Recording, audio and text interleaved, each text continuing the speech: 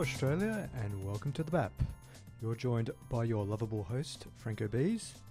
Not joining you today are Jason and Dean, who inevitably had other commitments that I'm not necessarily privy to exactly what they were doing, other than one of those members was out on the road and the other one may or may not have had too much to drink the night before.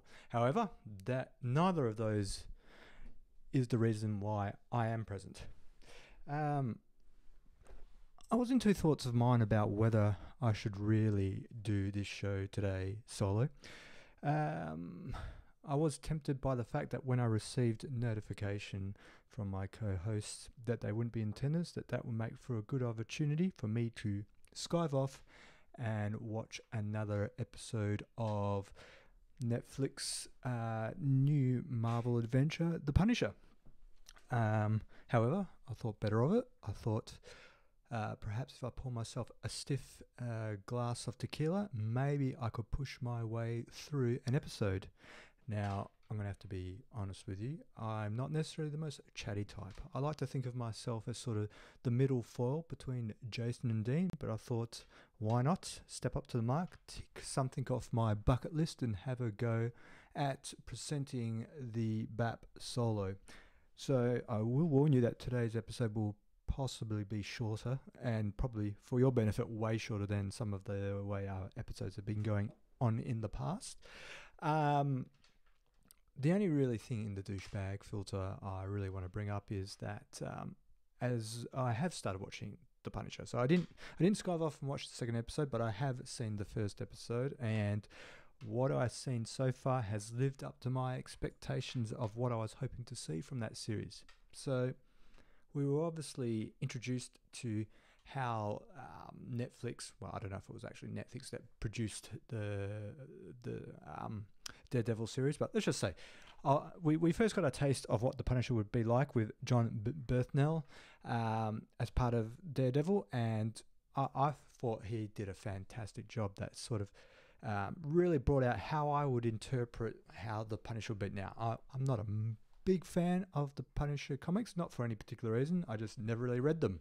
So I only have a sort of, a cursory understanding to what the Punisher is. But, from my basic interpretation of it, it's a burnt out army sort of dude who has his family wiped out and takes justice in his own hands and quite mercilessly conducts his murdering. So when I had watched the movies of the Punisher, I always felt they were quite disappointing and almost comical in a lot of ways. However, with the Netflix Daredevil series, the way it was portrayed was as I would imagine it. And it's sort of the way I'd always hoped for a superhero-esque type character would be presented when I was growing up as a child during the 80s. I do recall when The Terminator was being advertised as a brand new movie, I remember seeing the poster of Arnie in the video shop and desperately waiting for that to come out. I thought he was the hero of the movie. Obviously, he wasn't. I mean, in the sequels, he became the hero, but in the original Terminator film, he was the villain. But I sort of leant towards him thinking, oh, amazing, a cold-blooded killer who has no remorse. And that's how I always interpreted what the Punisher would be. So I watched the first episode. I have to say it was a bit trope-esque in terms of the storyline, but I felt that John Bernthal's performance was up to the mark. So I'm really hoping for big things with the rest of the season, and so yeah, fingers crossed. There's only really two news items I wanted to talk about today. One is of an international context and the other is domestic. The international one concerns one of my favorite American senators, and that's ex-comedian, the senator from Minnesota, Al Franken. This week, a woman named Leanne Tweeden came out during the week and announced that the senator, when he was a comic during a USO tour of Afghanistan, Kuwait and Iraq, had acted sexually inappropriate towards her, namely two accusations, one being that they were in a skit. They had to kiss each other. And before they did the skit, Al Franken demanded that they do a rehearsal. And during the rehearsal, he forcibly put his tongue down her mouth. The other accusation, it's not an accusation, it's proof, was that he groped her while she was asleep, and she provided a photo showing Al Franken mimicking groping her breasts. Now, in terms of the second allegation, if we're just going based off the photo, you can obviously see it's just a gag, an inappropriate gag, but it doesn't seem like he's actually touching her breast in the shot. I think it is a bit gross that she's asleep and he's doing that while she's asleep. It's of a silly and vulgar comedic nature that probably could be is to a lesser extent of inappropriate sexual behaviour. But the first accusation is clearly in the wrong. He has acted totally inappropriately and is something that reflects very poorly on him as a champion of women's rights. So it was very disappointing for me because I think Senator Franken has done a lot of good work in the House, particularly with his challenging and his questioning of Donald Trump's nominee for the Supreme Court and who ended up getting the position, Gorka, amongst other things. So it was very disappointing.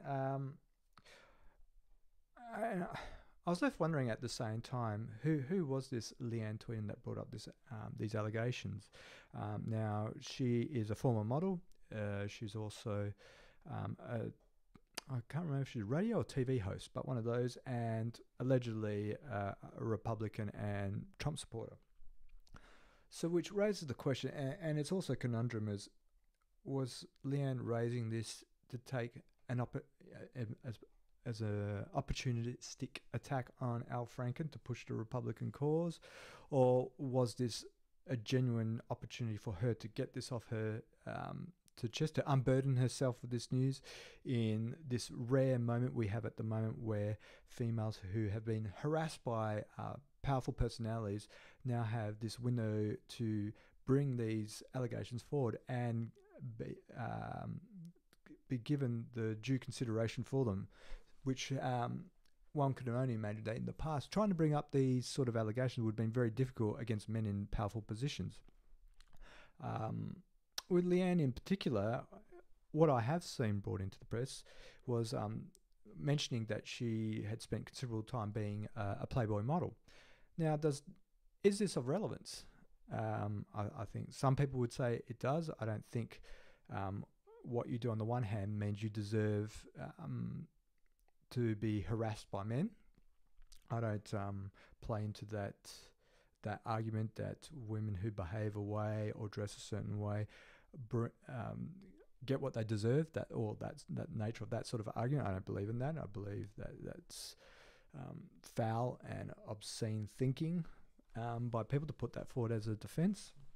What I've been more interested though, and what I did try to search for on the internet before I did the show was, it's alleged, and I haven't been able to find anywhere to support this yet, but that she was a Trump supporter. And why is this of relevance? Well, Trump has had several women come out and claim that he has been sexually inappropriate towards them.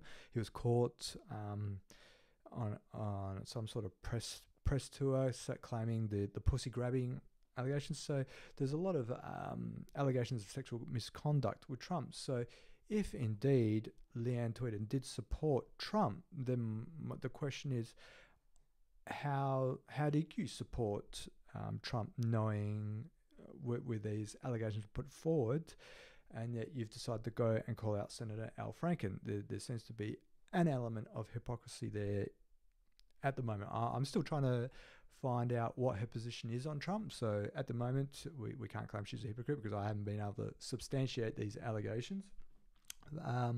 So it is interesting. Unfortunately, though, it seems like there's some other people are sort of hinting that more will come out in regards to inappropriate behaviour by Senator Al Franken. It's not necessarily going to be of the same level as the accusations that have come out against the Alabama Judge Roy Moore or Weinstein level allegations, but given that Franken was a comedian during the 70s and 80s where misogynistic behaviour was rife, it's only safe to assume that more allegations will come out. Well, actually, I'm going to take a quick shot of tequila here, so let's call this a tequila break. Ooh, that hit the spot. Now, I really hope that the way I covered that story was appropriate. It's always a bit hard when, as a male, you talk about sexually inappropriate behaviour, because obviously I've never really been a recipient of sexual inappropriate behaviour towards myself from either a male or a female. So you never know if you're really presenting the facts in the most appropriate manner. So I apologise if I haven't treated the subject with its due respect. Then I'm endeavouring, as I progress as an adult, to continually refine and reflect on how I deal with those sort of issues. The local issue I wanted to talk about today was about my favourite senator, meaning not my favourite senator. My favourite senator in the way I perceive that he makes a fool of himself repetitively. Now, that is to me, but in terms of the greater Australian public, I don't know if it's a greater Australian public, but a certain segment of the Australian public who does enjoy this individual. And I'm talking about, of course, well, maybe not of course, but of course, Senator from South Australia, Corey Bernardi. So this week, in the following on from the announcement of the survey the Australian Bureau of Statistics conducted on how Australians felt about same-sex marriage, which came out with a result of 60% of Australians favourable towards legalising same-sex marriage. Obviously, Corey Bernardi from the Australian Conservative Parties was a supporter of the no position, and he has come out and sort of tried to take the Trump approach of bending the truth, and suggested that the no vote was successful.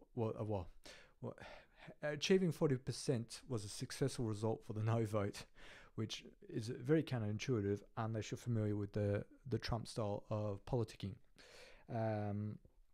So I think this is reflective that Corey and the Australian Conservatives are not going to back down and are going to champion even harder for their concept of religious freedoms that they want to sort of blur or muddy the waters with any bills that are brought forward for legalising same-sex marriage. Now, I've seen a lot of articles in the news recently where certain MPs are coming out saying that at the same time of any bills trying to legalise same-sex marriage, they also want to have riders on there for religious freedoms and so forth. Unfortunately, I didn't have time to research this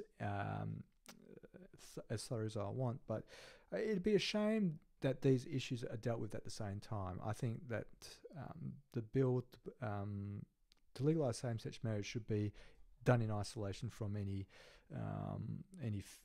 fear-mongering of religious freedom and so forth. That can be dealt as a different bill if Australian Conservatives want to do that.